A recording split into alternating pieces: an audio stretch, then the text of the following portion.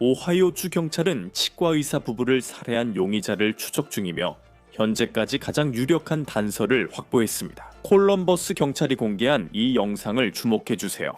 경찰은 이 인물을 스펜서 테페와 모니크 테페 살인사건 관련 인물로 보고 있습니다. 이 부부는 일주일 전 집에서 총에 맞아 숨진 채 발견됐고 어린 자녀들은 다행히 무사했습니다.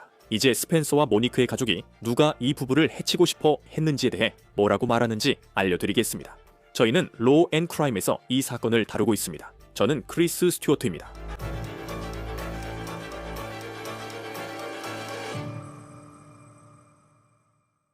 자, 본격적으로 온 더 케이스 에피소드를 시작하기 전에 유튜브에서 가장 많이 시청되는 프로그램 중 하나인데요. 먼저 저희 파트너이자 스폰서에 대해 말씀드리고 싶습니다. 모건앤모건은 미국 최대 개인 상해 로펌으로 천여 명의 변호사가 50만 명 이상 의뢰인에게 250억 달러 넘는 보상금을 제공했습니다. 몇 달 전 플로리다의 한 의뢰인은 보험사 제한 35만 달러 대신 1200만 달러를 받았습니다. 펜실베이니아에서는 또 다른 의뢰인이 보험사의 제한보다 40배 많은 2600만 달러를 받았습니다. 모건앤모건은 여러분이 마땅히 받아야 할 권리를 위해 싸우는 일을 쉽게 만들어줍니다. 휴대폰으로 바로 청구 시작 가능하며 forthepeople.com/otc에서 진행하세요. 아래 링크나 화면 QR코드를 이용하시면 됩니다.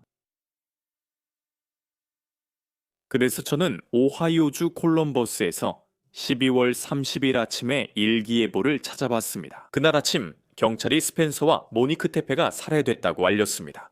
새벽 EOC 기온은 화씨 20도대였습니다. 그게 얼마나 추운지 생각해보세요. 콜럼버스 경찰이 공개한 영상을 보면 궁금해집니다. 한밤중에 누군가가 골목길을 혼자 걷고 있는 이유는 무엇일까요? 새벽 2시에서 5시 사이 기온이 대략 영하 6도에서 영하 2도 정도일 때 말이죠. 이것은 콜럼버스 경찰이 사건 해결에 도움이 되길 바라며 새롭게 공개한 영상입니다. 경찰은 이 사람이 테페시 살인 용의자라고 확신하지 않지만 용의선상에 올렸습니다. 관심 인물인데 이 사람이 검은색 코트에 후드, 회색 바지, 검은 신발을 신고 있는 것을 볼 수 있습니다. 남성으로 보입니다. 그리고 이 사람은 아래를 내려다보고 있는 것처럼 보이는데 그 이유가 감시 카메라로부터 얼굴을 숨기려는 것인지는 확실하지 않습니다. 하지만 걸음걸이도 다소 독특합니다. 이 영상을 보면 이 사람이 안짱다리일 수 있다고 생각됩니다. 골목길을 걸을 때 보이는 자세가 흥미롭습니다. 이제 보여드릴 것은 구글 지도에서 가져온 테페 가족의 집을 위에서 찍은 사진입니다. 집 구조가 대략 보입니다. 그들은 다른 집들과 연결된 듀플렉스 같은 집에 살고 있었습니다. 그리고 집 뒤에 골목이 있는 것을 볼 수 있는데 이 골목이 바로 그 사람이 걸어가고 있는 곳으로 보입니다. 테페 가족은 별도의 차고도 가지고 있었기 때문에 이 골목길을 따라 차를 몰고 들어가서 차고에 주차하는 구조였던 것 같습니다. 경찰은 살해된 아침집에 강제 침입 흔적이 없었다고 밝혔습니다. 현재로서는 용의자가 뒷문으로 들어갔는지, 앞문으로 들어갔는지, 아니면 창문을 통해 들어갔는지 경찰이 어떻게 보고 있는지 확실하지 않습니다. 현지 뉴스에서 집을 보여주는 영상을 보면 테페시 집 앞문에 링 도어벨 카메라가 설치되어 있는 것으로 보입니다. 카메라가 뭘 포착했는지는 확실치 않으며 콜럼버스 디스패치에 따르면 테페시 집 근처엔 경찰 카메라도 설치되어 있습니다. 하지만 그 카메라가 뭔가를 포착했는지 사건 당일 제대로 작동했는지도 확실하지 않습니다. 이제 스펜서와 모니크 가족이 새로 공개된 이 영상에 어떻게 반응하고 있는지 말씀드리기 전에 지금까지 우리가 알고 있는 내용을 정리해 드리겠습니다. 여기 스펜서와 모니크 테페시가 있습니다. 이 영상은 사실 2021년에 촬영된 그들의 결혼식 영상입니다. 그리고 이 영상의 일부는 적어도 이 부부가 12월 30일에 숨진 채 발견된 집에서 촬영된 것으로 보입니다. 이 부부에겐 4살과 1살 두 자녀가 있었습니다. 정말 안타깝습니다. 이 이야기에서 다행인 점은 그 아이들이 신체적으로 무사하다는 것입니다. 이 부부는 골든 두드를 키웠고 그 강아지도 다치지 않았습니다. 아이들과 강아지는 모두 가족과 함께 있습니다. 스펜서는 오하이오주 에선스에서 치과 의사로 일했습니다. 그리고 그건 꽤 먼 거리인데 콜럼버스에서 약 75마일 정도 떨어져 있어서 꽤 오랜 시간 운전해야 했습니다. 그의 치과 병원 웹사이트에 따르면 그는 2017년 오하이오 주립대에서 치과 수술 학위를 받고 자신의 일을 정말 사랑했습니다. 그는 오하이오 주립 버키스와 신시내티 벵골스의 열렬한 팬이었고 신시내티 근처에서 자랐습니다. 골프와 여행을 즐겼으며 가족과 보내는 시간을 소중히 했습니다. 그리고 그의 가족에 대해 이야기할 때 우리는 모니크 테페에 대해 말하고 있습니다. 그녀 역시 오하이오 주립대학교를 다녔습니다. 그녀는 열정적인 제빵사였고 엄마였습니다. 콜럼버스 디스패치는 스펜서가 두 번째 결혼이었다고 전합니다. 그녀는 2015년에 오하이오 주립대학교 동문과 결혼했지만 2017년에 이혼했습니다. 그들은 자녀가 없었습니다. 신문에 따르면 이혼은 현재 원만하게 합의된 것으로 보입니다. 스펜서와 모니크는 결혼 5주년을 앞두고 있었습니다. 그들은 2021년 1월 30일 콜럼버스에서 결혼했고 결혼식 영상은 인터뷰한 가족이 촬영해 사용 허락을 받았습니다. 그리고 이 영상을 보면 이 부부에 대해 많은 것을 알 수 있다고 생각합니다. 그들은 사랑받았고 서로를 사랑했습니다. 그리고 이 영상은 우리가 지금 모두 답을 찾으려 하고 있는 그 질문을 계속해서 떠올리게 합니다. 그 질문은 바로 누가 이 부부에게 해를 끼치고 싶어 했을까 하는 것입니다. 이 부부는 어린 두 자녀와 함께 매우 좋은 삶을 살고 있었던 것처럼 보였으니까요. 사실 스펜서는 오하이오 빅브라더스 프로그램의 일원이었고 다른 사람들을 돕고 있었습니다. 어떤 면에서는 정말로 미스터리이자 비극입니다. 하지만 12월 30일에 무슨 일이 있었는지 우리가 알고 있는 내용을 살펴보겠습니다. 이날이 바로 태페 가족이 목숨을 잃은 날이기 때문입니다. 또 그날 아침 친구들과 동료들이 한 구이를 신고 전화 기록도 있습니다. 이걸 들어보세요. 콜럼버스 경찰이 케빈을 확인합니다. 네, 저는 한 개인의 집에서 원로 체크를 요청하고 싶습니다. 그래서 경찰은 먼저 닥터 테페의 치과에서 전화를 받았습니다. 스펜서가 그날 아침 출근하지 않자 이 스펜서라는 사람은 15세 이상이고 오늘 아침에 출근하지 않았습니다. 그리고 저희는 그나 그의 가족과 연락이 닿지 않습니다. 그는 출근하지 않았어요. 맞죠? 알겠어요. 그분이 아프시거나 아니요. 그리고 그는 신뢰할 만한 사람이었어요. 저희는 그와도 그의 아내와도 그의 가족과도 그 집에 사는 누구와도 연락이 닿지 않아요.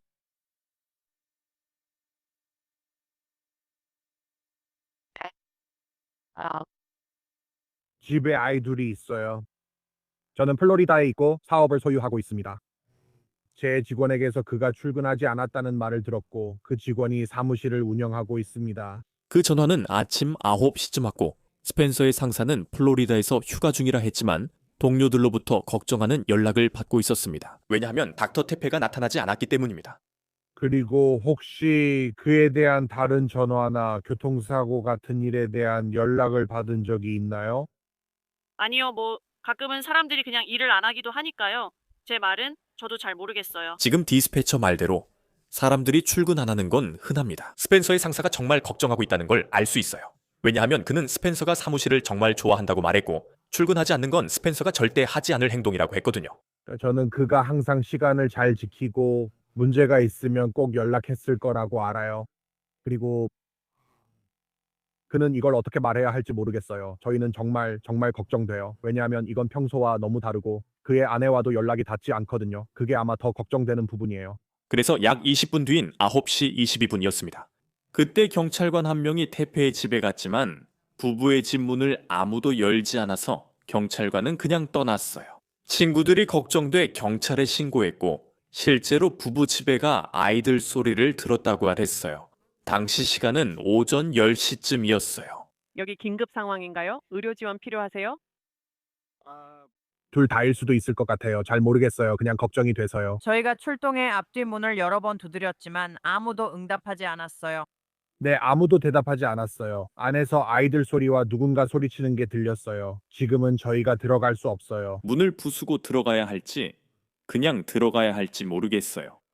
경찰이 밖에 있었을 때 당신도 거기 있었나요? 저는 거기 없었어요. 방금 한 5분 전에 도착했어요. 네. 알겠어요. 마이크 보내드릴게요. 그러고 나서 스펜서의 직장에서 또 다른 전화가 왔어요. 우리 상사가 출근하지 않았어요. 3시간 동안 연락이 닿지 않고 있어요. 저희가 현장에 와 있는데 들을 수 있어요. 알겠어요. 저도 거기 있는 분과 통화했어요. 알겠어요. 누군가가 전화했는지 확인하고 있었어요. 그래서 5분 후에 또 다른 전화가 왔어요. 그리고 여기서부터 이 이야기는 친구들과 동료들이 전화를 받지 않는 부부, 출근하지 않은 치과의사, 어디 있는지 알 수 없는 아내를 걱정하는 이야기로 전개됩니다. 이 이야기는 극적으로 바뀌게 되고 아무도 원하지 않았던 방향으로 흘러갑니다. 시신입니다. 우리 친구는 보험 전화가 아니었고 우리는 화장실에 오래 있었어요. 누가 방금 왔고 그는 죽은 것 같아요. 장갑이 있고 그는 침대 옆에 침대에서 떨어져 누워 있어요. 이 피 속에서 저는 그 이상 가까이 다가갈 수 없어요. 알겠어요? 그는 아무것도 안 읽고 있어요? 그게 약간 그런 건가요?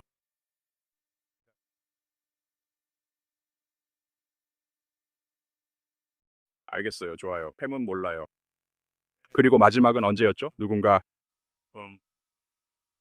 네, 어제였던 것 같아요. 아마도 그가 어떻게 알겠어요? 37살 약물 사용하세요? 아니요. 아니요. 아니요, 괜찮아요. 그냥 정말 어린 아기일 뿐이에요. 좋아요. 이제 출발합니다. 그래서 걱정하던 친구가 스펜서의 시신을 집안에서 발견했습니다. 차 안에서요. 아이들이 안에 있다는 걸 들을 수 있었어요. 보니 당신도 그중 한 명이 소리치는 걸 들었죠. 또 전화가 와서 그녀의 시신이 있다고 했어요.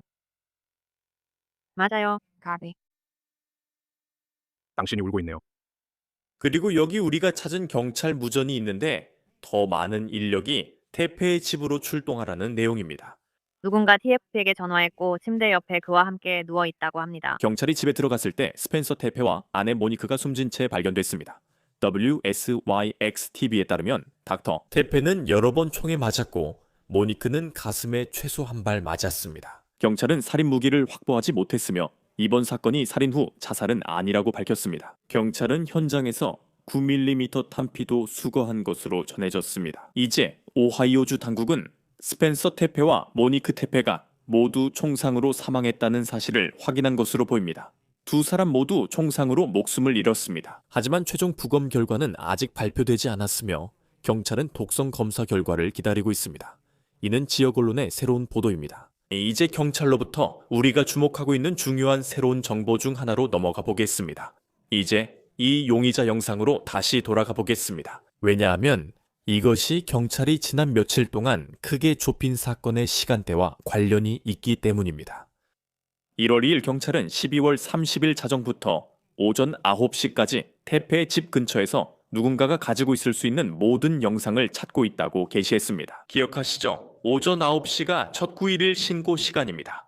스펜서의 상사가 출근하지 않은 그를 걱정해 신고했죠. 그리고 며칠 후 경찰은 시간대를 더 좁혀서 새벽 2시에서 5시 사이로 한정했습니다. 그리고 바로 그 시간대에 태페의 집 근처에서 용의자로 보이는 인물이 찍힌 새로운 영상이 공개된 겁니다. 이 영상을 다시 보면 여러분이 본 것 중 가장 독특한 걸음걸이는 아닙니다. 하지만 분명히 이 사람의 자세나 걸음걸이, 그리고 걷는 방식에서 알 수 있는 몇 가지 특징들이 있다고 생각합니다. 그래서 이 영상을 보면 누군가의 기억을 되살리는데 도움이 되길 바랍니다. 회색 바지나 재킷처럼 영상이 흐릿해도 지금은 어떤 정보든 사건 해결에 도움이 됩니다. 현재 로 미슬라는 스펜서의 여동생과 결혼했고 뉴스네이션에서 애슐리 벤필드와 인터뷰를 했습니다. 그가 용의자 영상에 대해 답변한 내용입니다. 처음 그 영상 봤을 때 그렇다고 했어요. 저도 그곳에 수상해 보이는 사람이 있다고 생각합니다. 그게 또 충분히 술집에서 술에 취해 집에 가는 사람일 수도 있죠. 롭, 스펜서, 모니크에 따르면 그들은 정말 인기 많았어요. 이 부부를 생각해보면요. 그러니까 그들을 개인적으로 알지 못했던 사람들조차도 왜 누군가가 그들에게 해를 끼치고 싶어 했는지 정말 혼란스러워하고 있어요. 롭은 그 부부에게 자신이 아는 한 적이 없었다고 말했어요. 그들에게 해를 끼치고 싶어 할 만한 사람은 아무도 떠오르지 않아요. 그는 또 태페 부부의 자녀들이 집안에서 부모님에게 일어난 끔찍한 일을 목격했을 가능성에 대해 이렇게 말했습니다. 제가 아는 한 그렇지 않습니다. 그 아이들이 그 자리에 있었던 것 같지 않습니다. 그 일이 일어나는 걸 보지 않았다고 생각합니다. 아니면 적어도 제 마음으로는 그렇게 믿고 싶습니다. 그래서 그는 아이들이 집에서 일어난 일과 부모님에게 일어난 일의 현실을 잘 모르는 것 같다고 말했습니다. 또 아이들이 가족의 사랑스러운 손길 속에 있다고도 했습니다. 가족은 고펀드미 페이지를 개설했습니다. 현재 많은 금액이 모이고 있으며 화요일 아침 기준으로 약 16만 달러가 기부되었습니다. 조사가 계속되는 중 가족이 성명을 발표했습니다. 그 내용을 읽어드리겠습니다.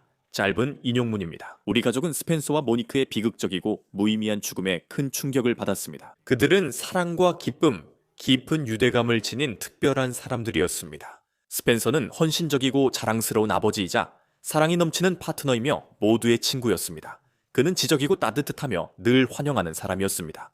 오하이오 주립대학교를 졸업하고 미국 치과의사협회 회원이었던 스펜서는 스페인어에 능통하며 타인을 섬기는 일에 헌신했습니다. 그는 빅 브라더스, 빅 시스터스로 사회에 기여했고 벵갈스와 버카이스 팬이었으며 에너지와 웃음, 관대함으로 살았습니다. 모니크는 사랑 많고 인내심 깊은 기쁨 넘치는 어머니로 따뜻함이 그녀를 잘 나타냈습니다. 그녀는 아동 교육 배경도 있었습니다. 그녀는 하는 모든 일에 세심한 배려와 의도를 담았습니다. 그녀는 훌륭한 제빵사였고 사려 깊은 계획가였으며 사람들을 한자리에 모으는 데서 기쁨을 찾는 사람이었습니다. 그녀의 친절함은 모두에게 집 같은 편안함을 줬습니다. 스펜서와 모니크는 아름답고 깊은 행복의 관계를 나눴습니다. 그들은 여행과 웃음, 사랑으로 삶을 만드는 것을 좋아했습니다. 그들은 2명의 자녀와 골든 두들, 강아지의 자랑스러운 부모로 따뜻하고 행복한 가정을 이루었습니다. 이 상실을 되돌릴 수 있는 결과는 없기에 우리는 말로 표현할 수 없을 만큼 가슴이 아픕니다. 우리 가족은 이 비극이 정의롭게 처리되도록 노력하고 스펜서와 모니크가 사랑한 아이들의 미래를 지켜 그들을 기릴 것입니다. 이 사건을 더 논의하기 위해 시카고 경찰청 은퇴 형사 지휘관 윌 사벨라 씨가 함께합니다. 로우 앤 크라임, 늘 함께해 주셔서 감사합니다. 콜럼버스 경찰이 공개한 영상에서 무엇이 보이나요? 글쎄요, 그 영상은 뭔가를 보여줍니다. 누군가가 골목길을 걷고 있는 모습을 보여주죠. 분명히 새벽 2시에서 5시 사이인 것 같습니다. 그들이 범죄가 일어난 시간대를 새벽 2시에서 5시로 좁혔다고 생각하거든요. 그래서 그 영상은 뭔가를 보여주고 그게 바로 제가 수사관으로서 하게 될 일입니다. 이제 그 지역의 휴대폰 기지국 정보를 조사해 그 시간대 접속된 번호를 찾는 겁니다. 물론 많은 주민번호도 포함됩니다. 하지만 그런 번호들은 기지국에서 반복적으로 나타날 겁니다. 운이 좋으면 그곳에 속하지 않은 번호나 자주 접속하지 않는 번호를 발견할 수도 있겠죠. 저는 그 집 근처와 그 사람이 가는 방향의 휴대폰 기지국부터 조사할 겁니다. 그 영상을 보면 지금까지 본 것 중 가장 독특한 걸음걸이는 아니지만 그는 아래를 보고 있습니다. 수사관 입장에서 봤을 때 단순히 몸짓 언어만으로도 얻을 수 있는 게 있을까요? 그의 걸음에서는 긴박감이 느껴지지 않습니다. 그는 그냥 골목길을 어슬렁거리며 걷는 것처럼 보이고 어디론가 급하게 가거나 오는 것 같지는 않습니다. 왜냐하면 그 영상이 어젯밤에 공개돼서 우리는 이제 뭔가 나왔다고 생각했죠. 부부가 집에서 숨진 채 발견된 지 일주일이 지났으니까요. 그렇습니까? 이 점에 대해 어떻게 생각하세요? 그러니까 지금까지 경찰이 공개한 영상이 그게 유일한 것처럼 보인다는 사실에 대해 어떻게 생각하십니까? 사실 저에게는 그다지 놀랍지 않습니다. 그게 경찰이 가진 유일한 영상이라는 점은 약간 놀랍긴 하지만 그게 전부라는 뜻은 아니죠. 죄송합니다. 그게 경찰이 공개한 유일한 영상이라는 뜻입니다. 그게 경찰이 가진 유일한 영상이라는 뜻은 아닙니다. 알겠습니다. 제 말은 그럴 수도 있지만 요즘 시대에 모든 링 카메라가 있는 상황에서 만약 그게 전부라면 정말 이상할 것 같습니다. 그들이 사는 모퉁이에 경찰 카메라 하나만 있다면 그게 전부라면 정말 이상하다고 생각합니다. 자정부터 아침 9시까지 그 시간에 골목을 걷는 사람 한 명만 있다는 게 정말 이상합니다. 분명히 더 있을 거라고 믿고 싶습니다. 저도 그래요. 그들의 집을 보면 새로 지어진 것들이 몇 채 있는 것 같거든요. 요즘 도시에서 볼 수 있는 멋진 듀플렉스 같은 그런 집들이요. 이건 네스트 카메라로 요즘 인기 있는 링 도어벨 같은 신형 제품이에요. 이런 회사 제품이라 기대하게 돼요. 그 동네에는 새로 지어진 집들이 많아서 그런 종류의 카메라들이 그 지역에 설치되어 있죠. 경찰에 따르면 강제 침입 흔적은 없었습니다. 왜냐하면 제가 몇 번이나 다시 생각하게 된 것 중 하나는 분명히 스펜서 테페의 시신이 침실에서 발견되었다는 점입니다. 모니크 시신이 집에서 언제 발견됐는지는 공식적으로 밝혀지지 않았으며 그는 그녀보다 더 많이 총에 맞았다고 전해집니다. 이 일은 한밤중에 일어났고 강제 침입 흔적은 없었지만 적어도 한 구의 시신이 침실에 있었습니다. 이런 세부 사항들이 어떤 의미라고 생각하세요? 강제 침입 흔적이 없다는 건 중요하죠. 밤엔 다들 문을 잠그니까요. 또 한 가지, 가족이 개를 키웠어요. 네, 그 개가 경고를 해서 아이들을 깨웠나요? 왜 아이들은 다치지 않았죠? 일이 너무 빨리 끝나서 아이들이 깨기 전에 그들이 문을 통해 나가버린 건가요? 그들이 소음기가 달린 무기를 사용하고 있나요? 무기에 소음기가 달려 있어서 더 조용하게 만드는 게 가능한가요? 하지만 아니요, 강제 침입은 없었습니다. 저는 집문의 청소 때문에 비밀번호 입력 장치가 있습니다. 사람들과 제 가족, 아이들이 그걸 가지고 있습니다. 그게 다입니다. 그러니까 만약 그들이 문에 비밀번호 입력 장치를 가지고 있고 누군가 그 비밀번호를 알고 있다면 누가 알겠습니까? 제 말은 이게 정말 그렇지 않아요. 그냥 그런 거예요. 한밤중에 아무런 강제 침입이나 저항의 흔적도 없이 완전히 낯선 사람에게 자기 집에서 살해당할 확률은 정말 희박합니다. 그래서 분명히 그 안에 더 많은 무언가가 있을 겁니다. 그리고 저도 알아요. 지역 뉴스 영상을 몇 개만 봐도 집 앞이 나오는데 현관에 링 도어벨이 달려있는 것처럼 보이더라고요. 그렇게 보면 집에 보안 시스템이 있다는 뜻이기도 하고 아니면 어떤 식으로든 예를 들어 뒷문을 연다든지 그런 상황이 있을 수 있잖아요. 그런 것만으로도 뭔가 작동할 수 있어요. 사실인지는 모르겠고 많은 사람들이 밤에 알람 설정을 자주 잊어요. 그가 뒷문으로 들어갔다면 그날 밤 뒷문을 잠그지 않았거나 원래 안 잠갔을 수도 있어요. 착오가 뒤에 있어서요. 저도 확실히는 몰라요. 보도에 따르면 그들은 9mm 탄피 몇 개를 회수했다고 합니다. 그 현장에서 나온 그 증거로부터 무엇을 알 수 있나요? 기본적으로 그 증거에서 지문을 얻을 수 있지만 여기서의 지문은 우리가 흔히 아는 것과 다릅니다. 하지만 망치가 프라이머를 칠 때마다 뚜렷한 흔적이 남게 됩니다. 배출기가 탄피를 칠 때마다 탄피를 밖으로 배출할 때마다 그것도 마치 지문과 같습니다. 그 흔적은 그 무기에만 고유하게 남게 됩니다. 알겠죠? 이제 그걸 알게 될 겁니다. 그걸 데이터베이스에 넣으면 만약 그 무기가 다른 곳에서 사용된 적이 있다면 예를 들어 다른 총격 사건에서 나온 탄피가 데이터베이스에 있다면 그 무기를 연결할 수 있게 됩니다. 또는 그 탄피들을 각 범죄 현장과 연결할 수 있습니다. 하지만 증거로 의미를 가지려면 반드시 그 무기를 확보해야 합니다. 무기를 확보하면 직접 비교하고 살인에 사용된 무기도 알 수 있습니다. 스펜서 테페가 그의 아내보다 더 많이 총에 맞았다는 보고서, 그가 여러 번 총에 맞았고 그녀는 최소한 한 번 가슴에 총상을 입었다는 내용이 나왔습니다. 총격 사건에서 이런 일이 자주 일어나나요? 실제로 의미가 있나요? 누군가 저 사람과 그의 아내를 노리겠다고 생각했을까요? 아니면 그저 아시다시피 단순히 상황에 따라 그렇게 된 걸 수도 있나요? 그런 것이 실제로 의미가 있는지 어떻게 판단하나요? 제 말은 그냥 그렇게 일이 벌어진 것일 수도 있습니다. 그리고 더 많은 정보를 통해서 이런 점을 판단할 수 있습니다. 시신은 어디에 있습니까? 시신이 있습니까? 어떻게 보이나요? 아마도 그는 무슨 일이 일어나는 것을 봤을 수도 있습니다. 그는 침실문에 서 있는 사람 쪽으로 다가가기 시작합니다. 만약 그곳에서 일이 벌어진 거라면 그런가요? 그는 총에 맞아 침대에서 떨어졌나요? 현장을 봐야 합니다. 현장이 모든 이야기를 말해줄 겁니다. 그 사람이 다가오고 있나요? 그 사람이 다가오기 때문에 여러 번 발사해야 하나요? 그리고 불쌍한 아내는 그냥 자나요? 이런 일이 생길 때 네, 그리고 저는 다시 그 강아지 얘기로 돌아오고 싶어요. 왜냐하면 그게 그냥 골든두들이거든요. 저는 강아지에 대해 잘 알지는 못하지만 짖거나 소리를 내는 게 그 품종의 특징인 것 같아요. 또 두 아이가 있는데 한 명은 4살, 한 명은 1살이에요. 1살 아이에게서 얼마나 많은 정보를 얻을 수 있을지는 모르겠어요.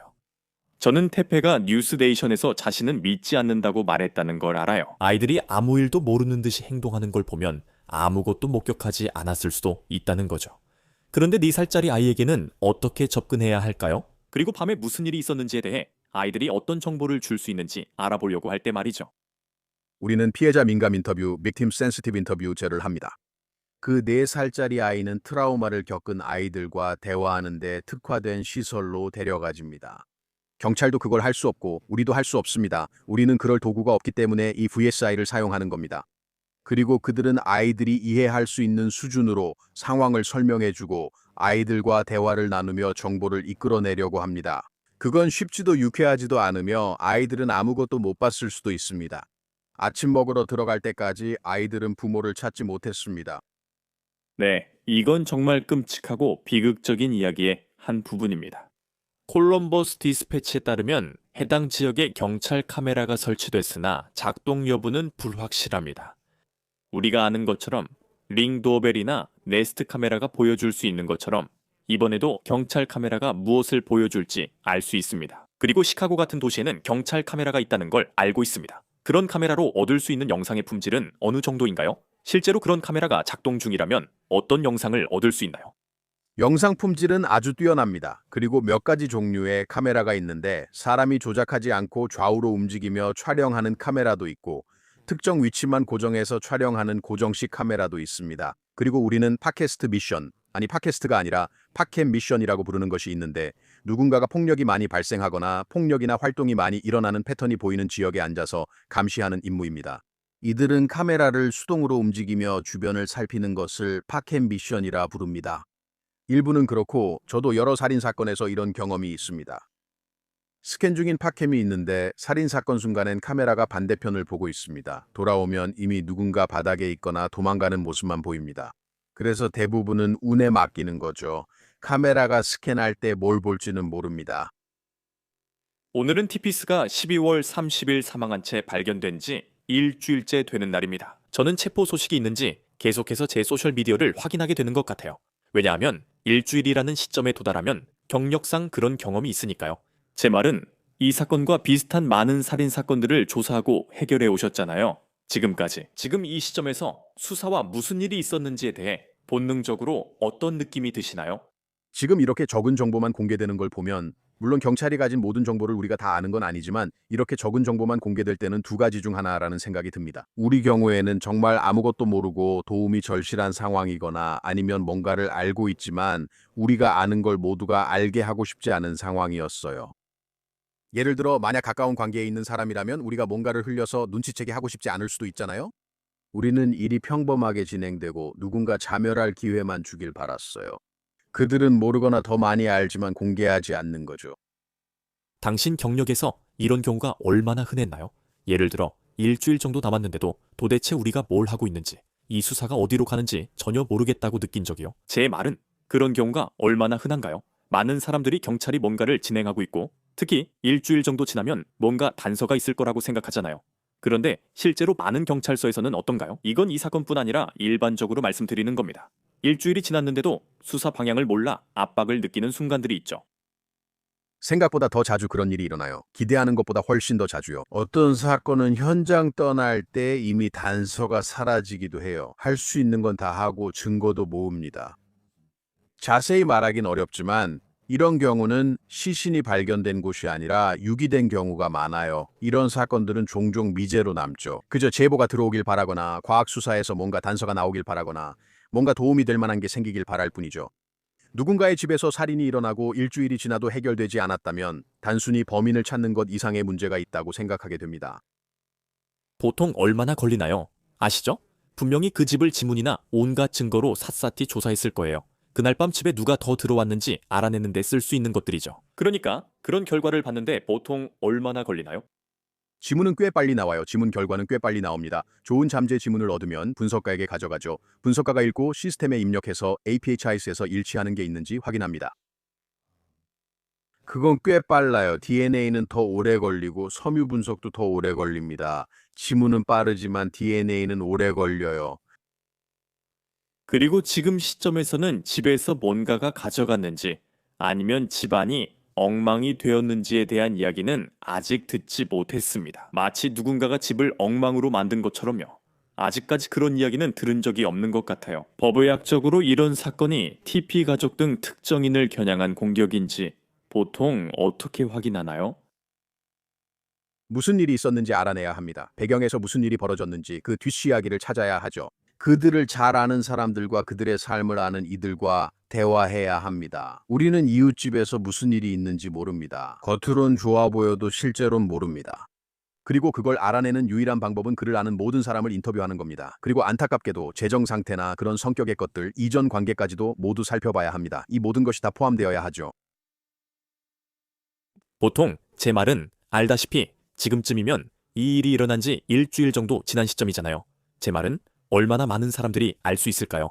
이 경우에도 마찬가지라고 생각합니다. 그가 치과 의사라서 치과 병원 관련 분쟁이 있었는지는 아무도 모릅니다. 그녀의 배경에 대해서는 알고 있죠. 그녀가 유아교육 관련 학위를 가지고 있었다는 것도 알고 있지만 그녀의 직업적인 삶에 대해서는 잘 모릅니다. 누구였는지 그런 부분은 잘 모르겠어요. 그 기간 동안에 대화를 나눠야 할 모든 사람들을 어떻게 식별하고 실제로 그 명단을 좁혀나갈 수 있나요? 알겠습니다. 이 사람의 정보는 중요하고 어떤 사람은 단순히 돕고 싶어 할 수도 있죠. 가족, 동료, 이웃 등 기본 인터뷰뿐만 아니라 여러 가지를 하고 있잖아요. 그 사람의 소셜미디어와 통화 기록을 확인해 누구와 연락했는지 알아보고 사건 직전 집에 머물렀는지도 확인해야 해요. 이 사람이 이미 집안에 있었던 건가요? 그래서 개가 짖지 않았고 당신도 이상을 못 느꼈을 수 있어요. 강제 침입 흔적도 없네요. 그래서 인터뷰를 하는 것뿐만 아니라 반드시 해야 하는 일이지만 좀 더 깊이 파고들어야 해요. 말씀드렸듯이 재정 상태도 살펴봐야 하고 소셜 미디어도 확인해야 하고 휴대폰도 들여다봐야 합니다. 그들을 조사하려는 게 아니라 왜 이런 일이 일어났는지 알아보려는 겁니다. 그리고 어린아이들을 생각하게 됩니다. 그 아이들이 무엇을 봤을지, 혹은 보지 못했을지, 앞으로 무엇을 안고 살아가야 할지 말이죠. 그리고 이 가족도요. 그저 그들이 정의를 찾을 수 있기를 바랄 뿐입니다. 경찰이 뭔가를 진행하고 있고 결국에는 정의가 실현되기를 바랍니다. 이번 사건엔 시카고 경찰청 은퇴 수사 지휘관 윌 스빌라르가 참여합니다. 로우 앤 크라임 함께 해주셔서 감사합니다. 저야말로 영광입니다, 크리스. 로우 앤 크라임 사건 소식 마칩니다. 유튜브, 스포티파이 구독 부탁드리며 저는 크리스 스튜어트였습니다. 다음에 뵙겠습니다.